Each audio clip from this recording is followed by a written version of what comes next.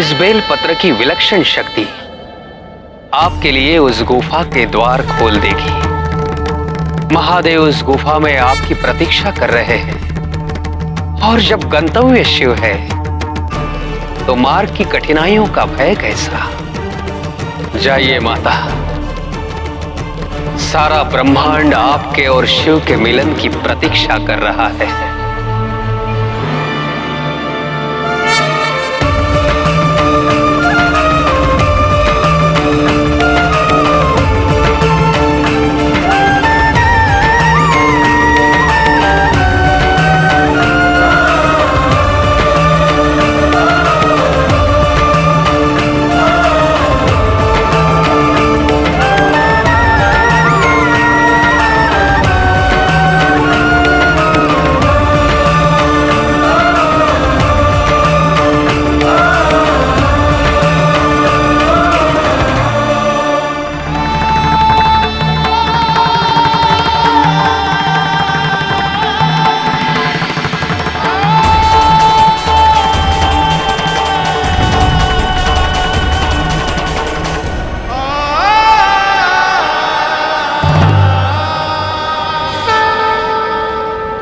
कहाँ गए हम?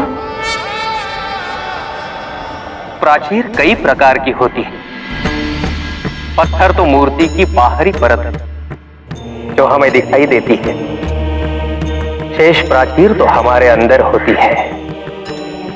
संपूर्ण ब्रह्मांड है हमारे शरीर के अंदर, जिसमें तीनों काल छुपे हैं। भूत, वर्तमान, भविष्य सब हम में ही निहित है।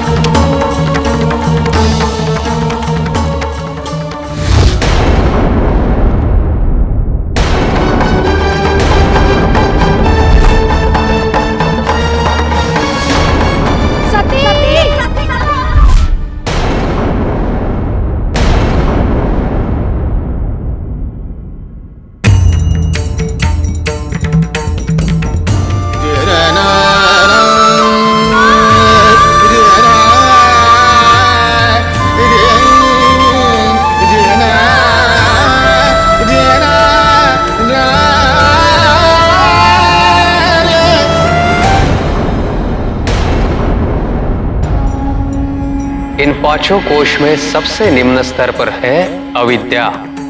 हर मनुष्य अन्न जल रूपी इस अन्नमय कोश से कभी बाहर नहीं निकल पाता।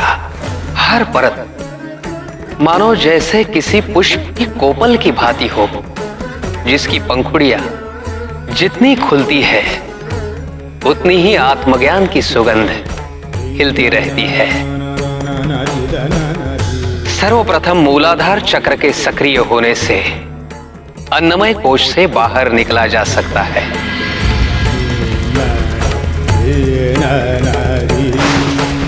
यही है प्रारंभ और यही है गंतव्य।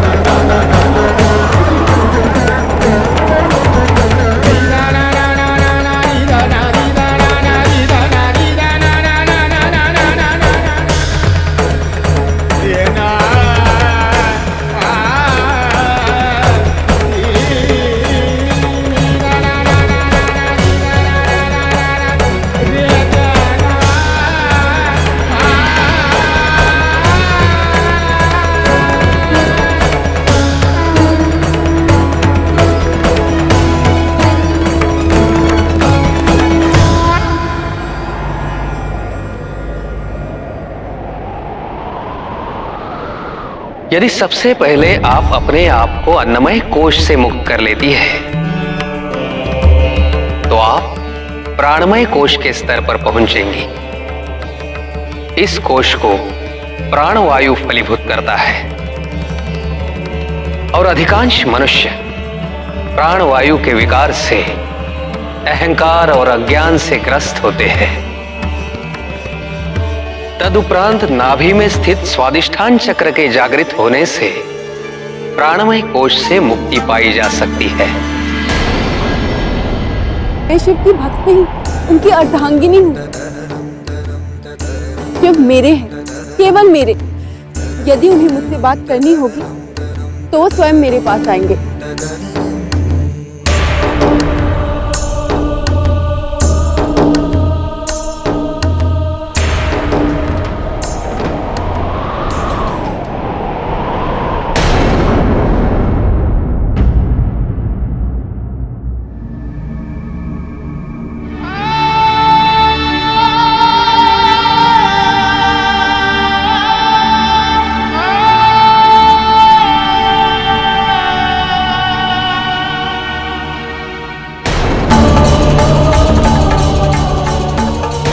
इससे ऊपर विगमय कोश है, जिसके द्वारा मनुष्य द्वेष के अंकुश में उलझ जाता है।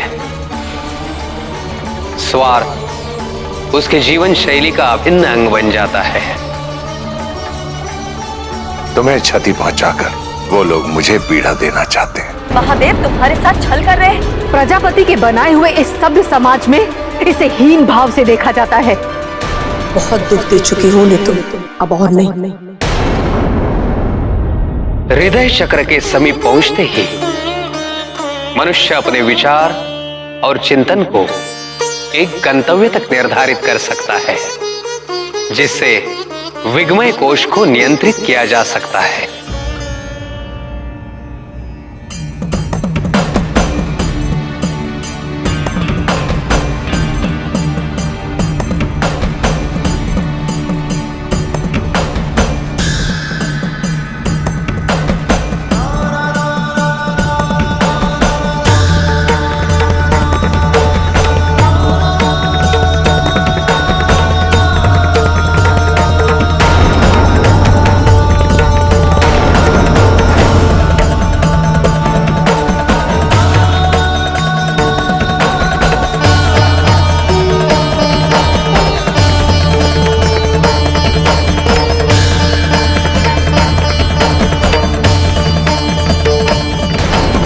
और अंततः है आनंदमय कोश, जो सदा सत्व से रचित होता है। ऐसे मनुष्य हर परिस्थिति में भाव विभोर और तन्मय रहते हैं।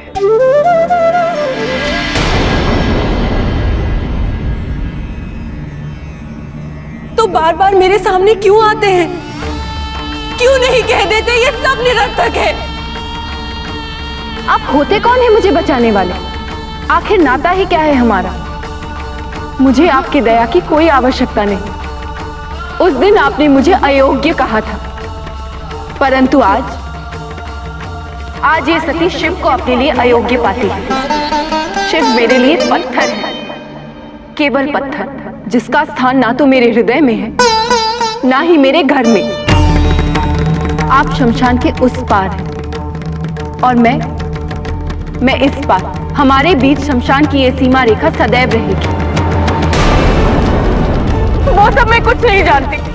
मैं केवल इतना जानती हूँ कि यदि आप मुझसे प्रेम करते हैं तो मेरे साथ उस यज्ञ में अवश्य चलेंगे। अन्यथा कह दीजिए कि आपको मुझसे प्रेम ही नहीं है। मैं ये सब यज्ञ के पश्चात ही पूरा करूंगी। त्रिहट विनाश का कारण बनता है सत्य। मैंने कहा हम जाएंगे तो हम जाएंगे, हम अवश्य जाएंगे। मत कीजिए मेरे पिता की निंदा। हमारा यज्ञ में जाना संभव है। ठीक है, आपको यदि मेरे साथ नहीं आना है तो मैं आपके बिना ही चली जाऊंगी। आपको मेरी सौगंध, आप मुझे रोकेंगे नहीं। यदि वहां जाने से मेरा अहित होगा तो आप मेरा अहित होने के बाद आइएगा। आखिर नाता ही क्या है हमारा? आपको मेरी सौगंध नहीं, हमारे महादेव ऐसे नहीं है।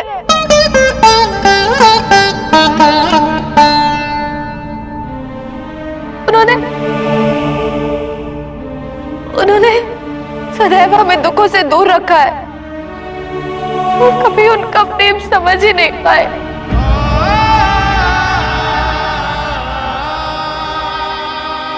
वहां जाने से केवल तुम्हारा अहित होगा। अहित अहित अहित, आप तो ऐसे बात कर रहे हैं जैसे वो मेरे पिता नहीं मेरे शत्रु हो। उस भांड से स्वांग की कला तुमने भली भांति सीख ली है। इतना कुछ सुनने के पश्चात मुझे जीवित रहने का कोई अधिकार नहीं है।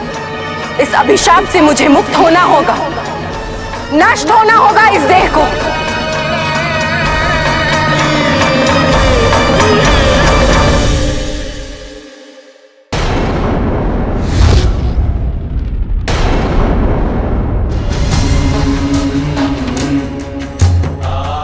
सती,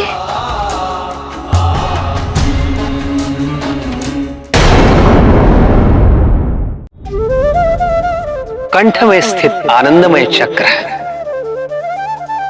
मनुष्यों की व्याकुलता और अधीरता को राह दिखाता है।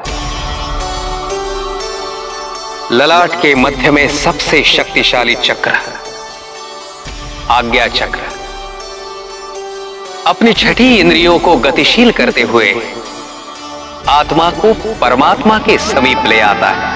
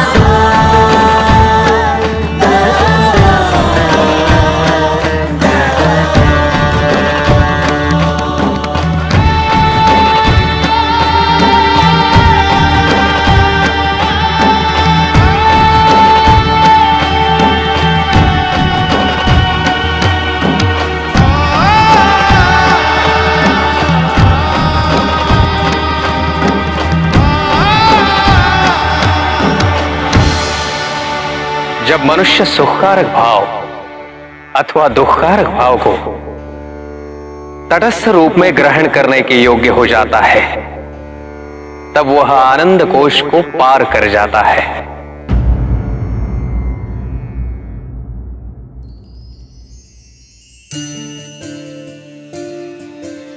तररिदनं तररिदनं तररिदनं तररिदनं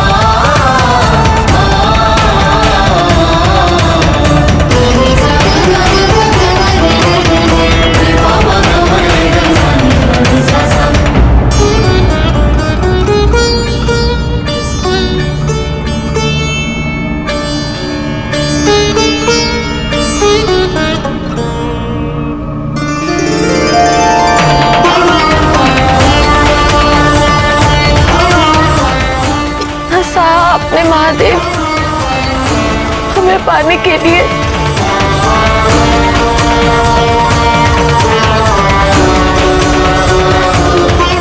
आपने तो हमसे अपार प्रेम किया और हमने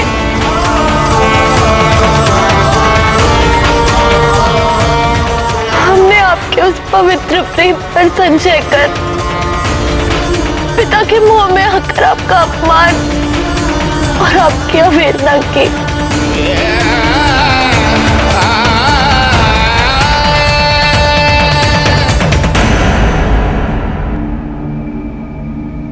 इस कलंक का प्रायश्चित तो हमें करना ही था। अग्नि द्वारा दहन होना ही था। यही हमारा दंड था। तक्ष द्वारा दिए हुए इस नश्वर शरीर और आदिशक्ति की अमर आत्मा दोनों पुनः तप करके आपके चरणों में समर्पित है। परंतु आपने अपने आप को दंडित क्यों किया? कर्म तो दूषित हमारा था, फिर उस अग्नि की ज्वलंत ऊष्मा से आप अब तक क्यों तप रहे हैं महादेव? क्या कारण है? हमें आपकी इस घंघोर वेदना का आभास तक नहीं हुआ।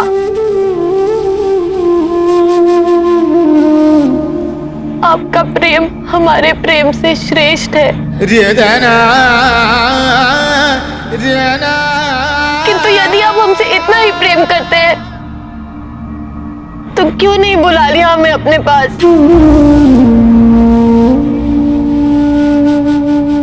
क्योंकि हमारी प्रतीक्षा इतने वर्षों तक।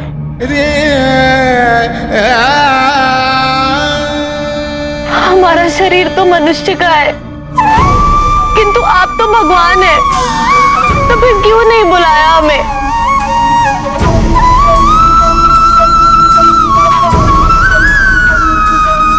हम आपके सम्मुख हैं, आपकी अर्धांगिनी। अब तो अपने नेत्र खोलिए महादेव।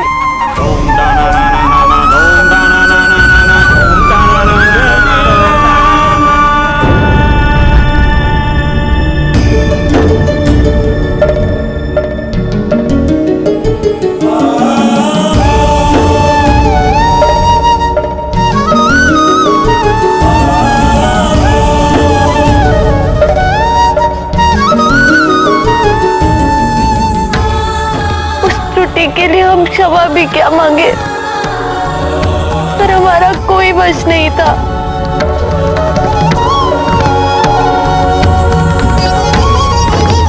बंधे हुए थे हम उस शरीर की मर्यादा के अधीन।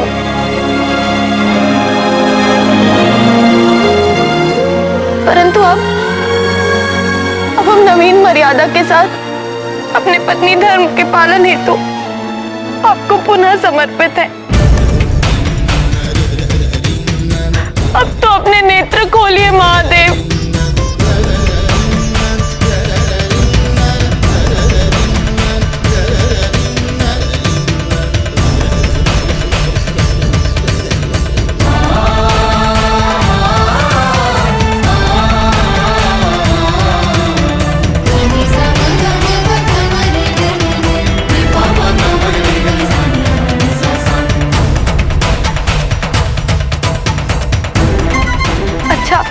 अब हम समझे, आप हमसे रूठे हुए हैं ना, और हो भी क्यों ना, आपका पूरा अधिकार है हमसे रूठने का। कितना कुछ सहा है आपने हमारे लिए, किंतु एक बार अपने चक्षु खोलिए महादेव। हम आपको शीघ्र ही मना लेंगे।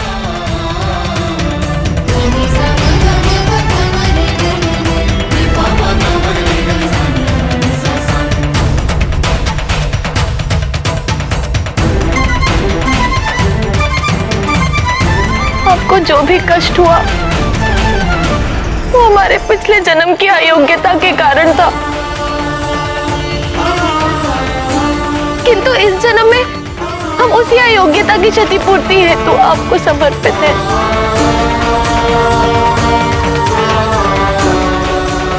कृपया अपने नेत्र खोले महादेव और हमें बताएं कि हम आपके योग्य कैसे बन सकते हैं।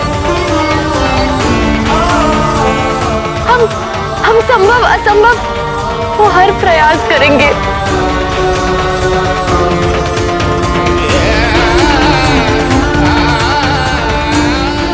उचित है स्वामी, स्वयं ही अपने आप को आपके योग्य बनाने का उपाय भी ढूंढ लेंगे, किंतु आप एक बार हमें देख तो ले।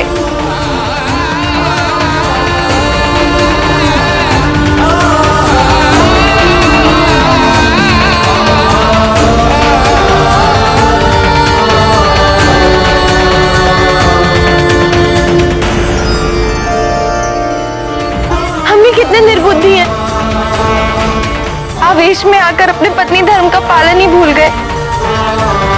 आप वर्षों से अन्न जल त्याग कर तप कर रहे हैं और हमने आपसे भोजन के लिए भी नहीं पूछा। हम अभी आपके लिए भोजन लेकर आते हैं, फिर आप अपने नेत्र खोलिएगा और भोजन कीजिएगा, और उसके पश्चात अगर इच्छा हो तो हमें देख भी लीजिएगा।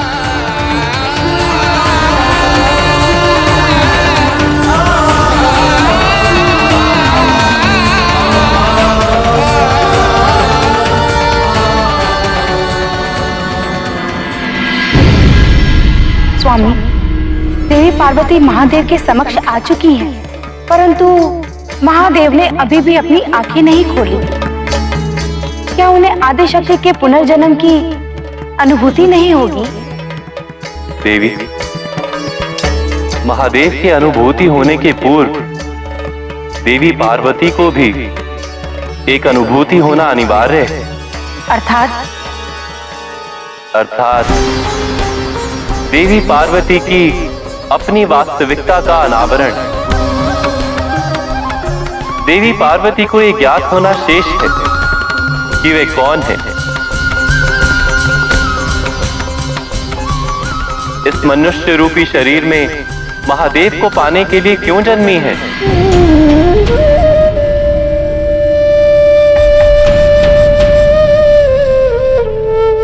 और इस मनुष्य रूपी शरीर की सीमाओं को पार करके महादेव के योग्य बनने के लिए उन्हें क्या क्या तप करने होंगे?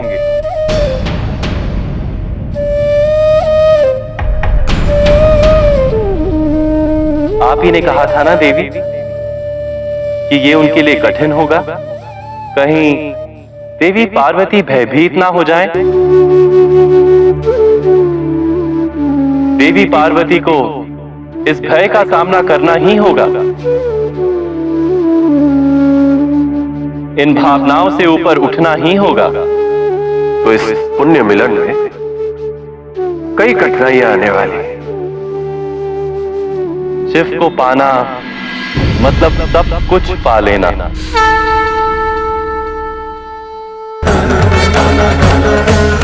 शिव ही आदि है और अंत भी शिव है।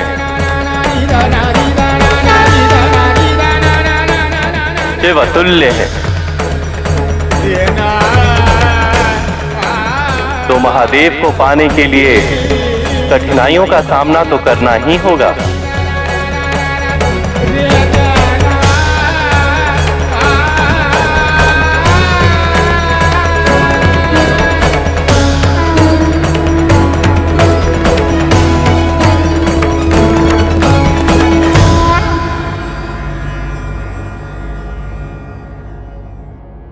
माता, माता,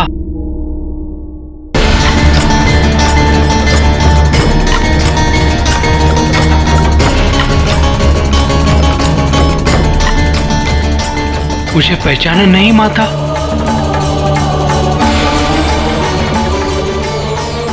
माते, रुक जाइए माते।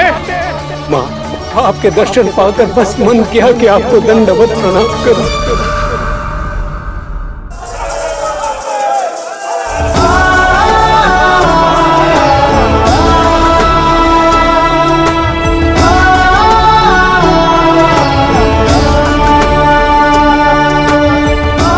क्रोध में किया हुआ कार्य सर्वदा पश्चाताप का कारण बनता है। माते, मेरी आपसे विनती है कि आप शिवलिंग को वापस ले जाइए। दक्षायनी अपना निर्णय वापस नहीं ले सकती।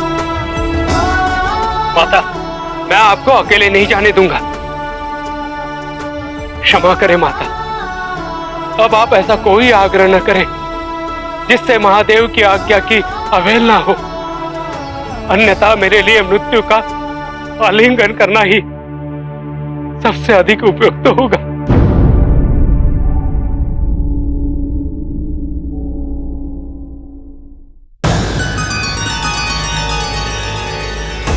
नंदी,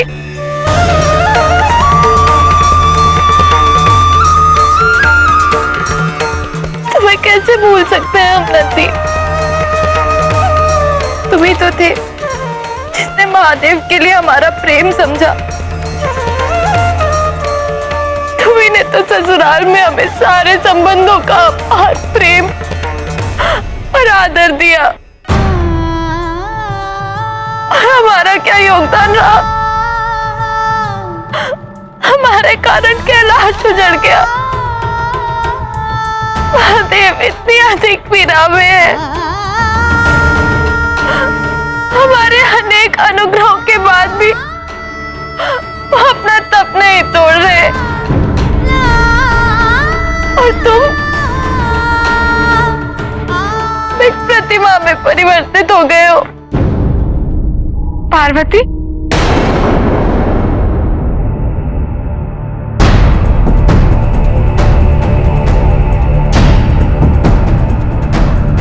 पहचाना?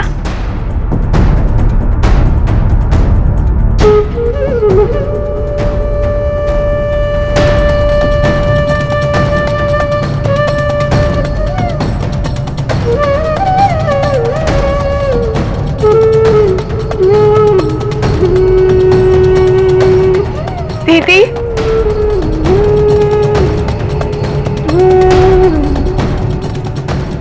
दीदी,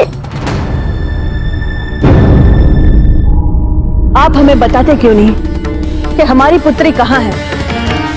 कहाँ भेजते हैं आप उसे? इसके लिए वो भोजन लेकर जाती है। बताइए, हमें ऐसा आभास क्यों हो रहा है कि आप स्पष्ट रूप में सत्य को हमसे छुपा रहे हैं? आप व्यर्थ चिंता कर रही हैं। विश्वास रखिए मैना, पार्वती जो कुछ कर रही सही कर रही। वही हम जानना चाहते हैं, क्या कर रही है पार्वती? बताइए ना। इस समय आप सत्य को स्वीकार करने की स्थिति में नहीं। हम अपनी पुत्री के लिए हर सत्य को सहन कर सकते हैं। हम वो सत्य जानना चाहते हैं जो आप हमसे छिपाए जा रहे हैं। अभी नहीं मैना, आपको प्रतीक्षा करनी होगी। सही समय पर हम आपको सत्य भी बता देंगे।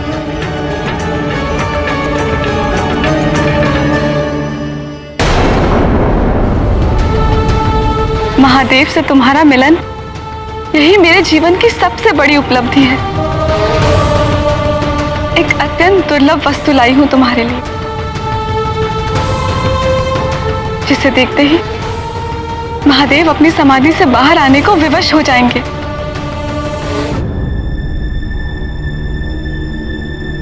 वस्तु क्या है दीदी?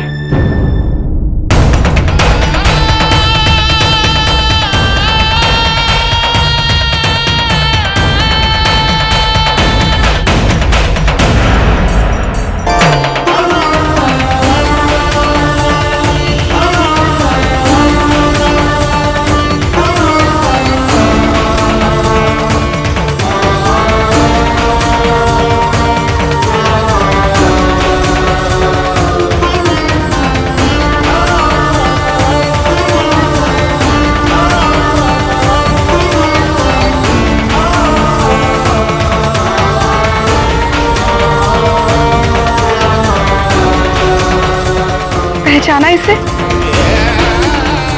ये वही रुद्राक्ष है जो तुम्हारे रक्त से भीग गया था, और यही मैंने महादेव को दिखाया था शतपीठ से तुम्हारा विवाह रोकने हेतु।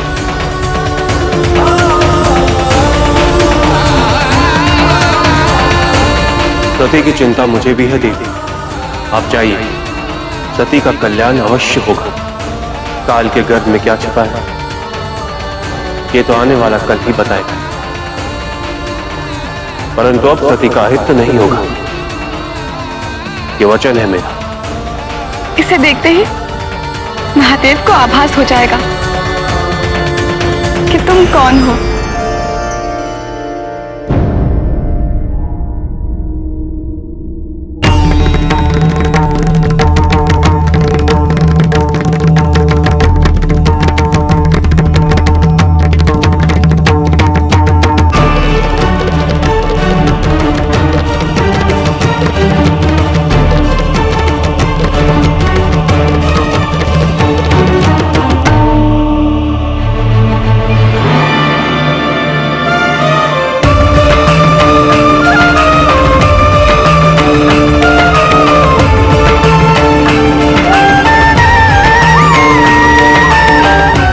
रुद्राक्ष इस कार्य में तुम्हारी सहायता करेगा।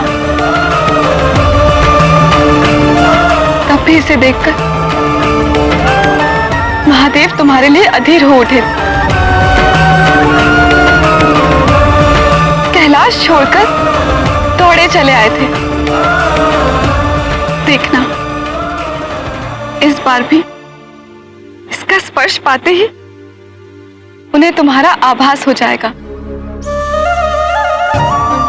ये रुद्राक्ष तुम्हारे प्रेम का प्रतीक है।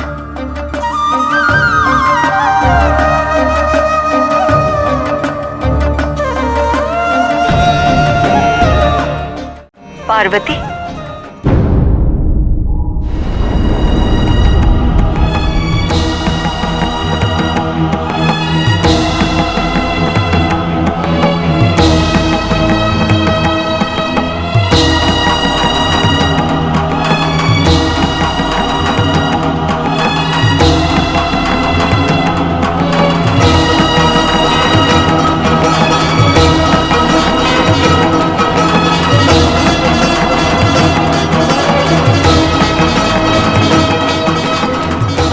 वीणा की तारों में अपने मन की पुकार भर दो पार्वती। अपने मन की वेदना से महादेव को जागने के लिए विवश कर दो।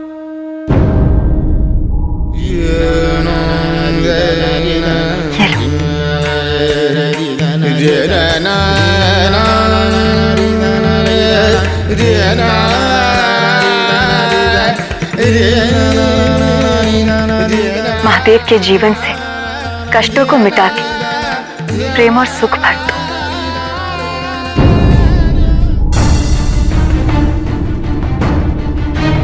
गंधर्वदेव, अति शीघ्र कामदेव और रति के पास जाइए और उनसे कहिए कि हमने उन्हें अभी इसी समय याद किया है।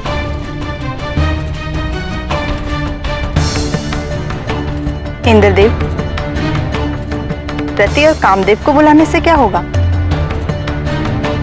देवी गंगा, अब महादेव को समाधि से जगाना केवल माता पार्वती की समस्या नहीं, हम सबकी भी है, जिसे हमें मिलकर हल करना होगा।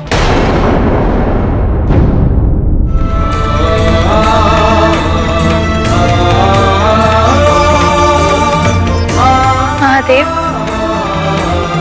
ये वही रुद्राक्ष है जिसके कारण आपने हमें विवाह का वचन दिया था। आज आपको अपने उस वचन का स्मरण करना ही होगा।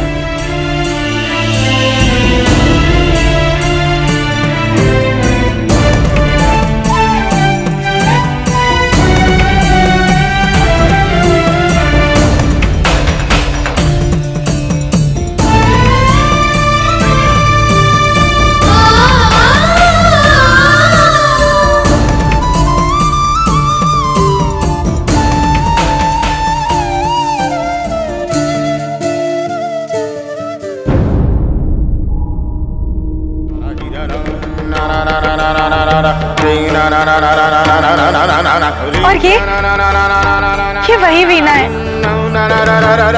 जिसके तार आप जब जब छेड़ते थे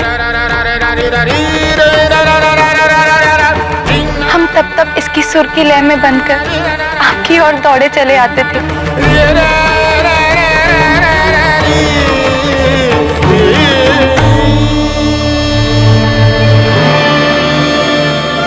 आज आपको हमारे मन की पुकार सुननी ही होगी महादेव। आज आपको इस समाधि से निकलना ही होगा।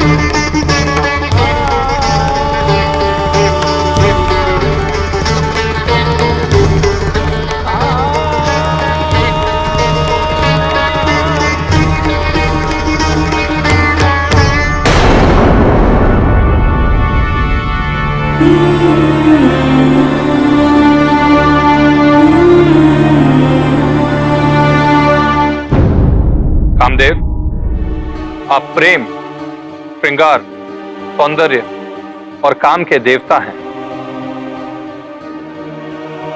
आप दोनों ने आज तक अनेकों बार हमारे लिए तपस्वी, वैरागी, ध्यानी ज्ञानियों के मन पर अपने श्रृंगार रूपी तीर चलाकर उन्हें काम से पीड़ित किया है, उनकी तपस्या को भंग किया है। किंतु इस बार आपको एक बहुत ही कठिन और चुनौतीपूर्ण कार्य करना है। आदेश दीजिए इंद्रदेव, इस बार हमें किसकी तपस्या भंग करनी है? महादेव की। कामदेव, आपको समाधि में लीन महादेव को जगाना है।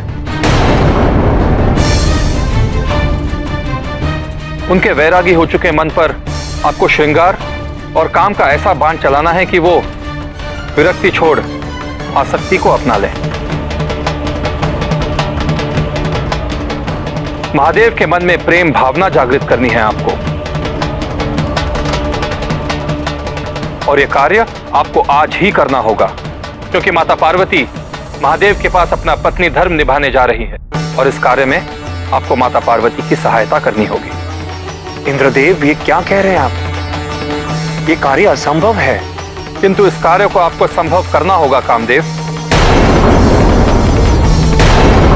महादेव के मन में अगर प्रेम भावना नहीं जागी तो उनका और माता पार्वती का मिलन नहीं होगा।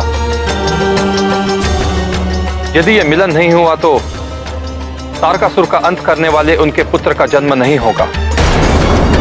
इसलिए आपको इस असंभव कार्य को संभव करना होगा कामदेव। महादेव के मन पर अपने श्रृंगार के बाणों की ऐसी वर्षा कीजिए कि उनके मन का वैराग समाप्त हो जाए। उनका मन श्रृंगार से भर उठे। इसके पश्चात ही महादेव और माता पार्वती का मिलन संभव है। इंद्रदेव, हमें सोचने का समय दीजिए। नहीं कामदेव,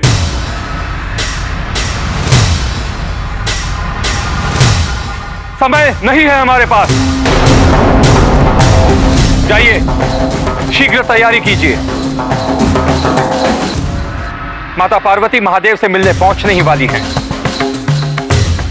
जी देवराज।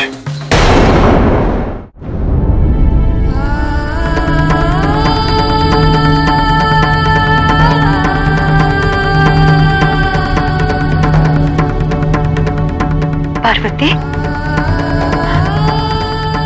तुम्हारे अश्रुओं को देख के लगता है कि महादेव उनकी समाधि से नहीं जागे।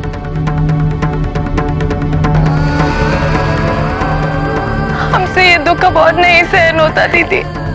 नहीं पार्वती, अपने इस दुख को अश्रुओं में मत बहने दो।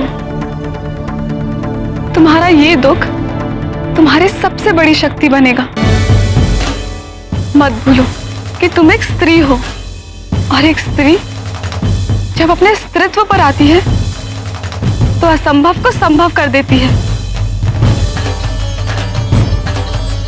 अब पार्वती को अपने उस रूप में आना होगा जिस रूप में वो महादेव से अलग हुई थी। तुम एक कन्या हो, तुम्हें अपने 16 श्रृंगार में आना होगा। 16 श्रृंगार कर एक पूर्ण स्त्री के रूप में तुम्हें महादेव के सामने जाना होगा। स्त्री धर्म निभाना होगा। पिछले जन्म में महादेव ने विवाह हेतु तुम्हें 7 वचन दिए थे। उन वचनों की पूर्ति के लिए महादेव को समाधि से जगना ही होगा। महादेव का दुख दूर करने के लिए हम कुछ भी करेंगे।